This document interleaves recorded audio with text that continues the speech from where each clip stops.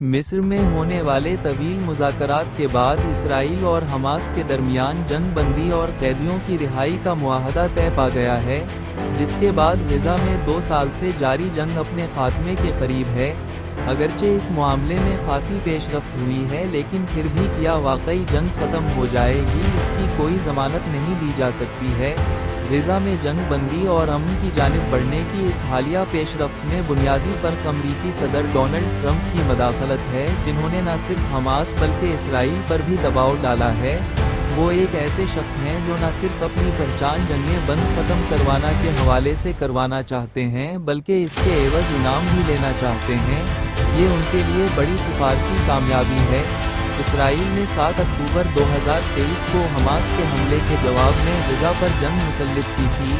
Hamas کے حملے میں 1200 افراد ہلاک ہوئے اور حماس نے 251 اسرائیلی شہریوں کو یرغمال بنایا۔ اسرائیل کی جوابی کارروائی میں 67,000 فلسطینی شہری ہلاک ہوئے ہیں، جن میں سے 18,000 بچے بھی شامل ہیں۔